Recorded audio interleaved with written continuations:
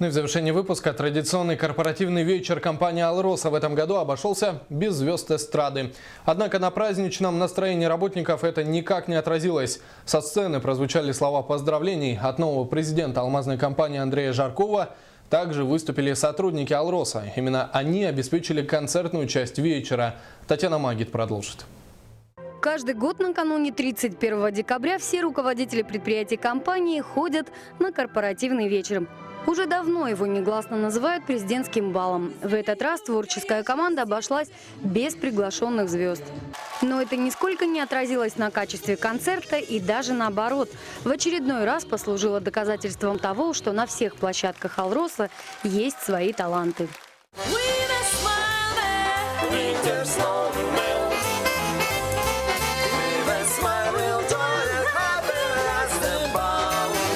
По давно уже заведенной традиции на новогодней сцене проходило негласное соревнование между творческими бригадами Айхала, Удачного, Ленска и Мирного.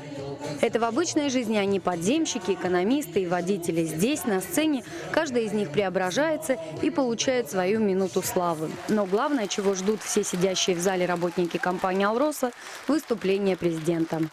Кратко вспоминая результаты уходящего года, хочу сказать, что в этом году мы добыли более 38 миллионов карат алмазов. Это рекордный объем за последние 10 лет. Выручка компании составит более 220 миллиардов рублей. Прибыль более 20 миллиардов рублей. Хочу вас всех поблагодарить за самоотверженный труд. За тот труд ваш, который прославляет компанию «Алроса», Республику Саха-Якутия, всю нашу страну, Россию. Почему? Потому что «Алроса» – это алмазы России. Вы – алмазы России, вы – достояние России. С Новым годом! Такое выступление президента добавило коллективу уверенности. Компания работает стабильно, и, несмотря на довольно сложную ситуацию на бриллиантовом рынке, ни о каком кризисе речь сегодня не идет. А вот задач на предстоящий год множество.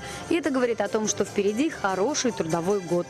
И встретить его в отличном настроении помог такой душевный и праздничный вечер.